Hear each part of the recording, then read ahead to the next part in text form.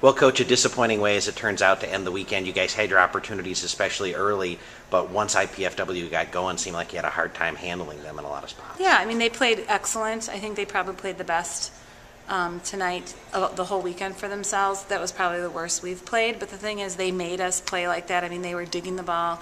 They were digging the big hits, the ones we thought we had down, and they were ready to play. They were very excited. They were home.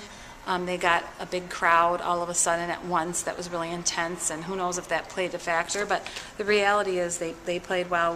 We didn't play as well as we could have. As we were just talking, you can often learn a lot of things from losses, especially early in the year. Maybe it's too early to say all of them, but what are some of the things you think maybe the team did learn from today? Well, I think just to stay calm in situations that are stressful. You know, we really had some moments that were intense, and it seemed to me a lot like a conference team, one of our top conference teams.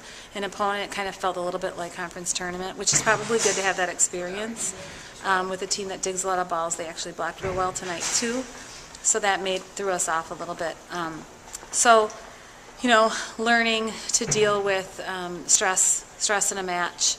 Not that we didn't have that the first two, but for some reason this seemed like it was just more intense coming at us.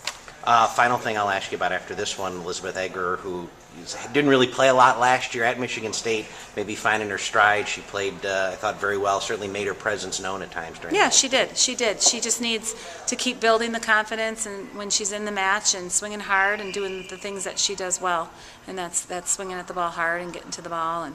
And Natalie Schmitting had a pretty good night. We need to get her the ball more, and I think she's going to be very successful. And, you know, our defense was actually pretty good. We had like 80-some digs, and it was a lot of digs. We had a lot more digs than them, but it was just not quite at the right times at the end and in the close moments to dig those balls we needed to.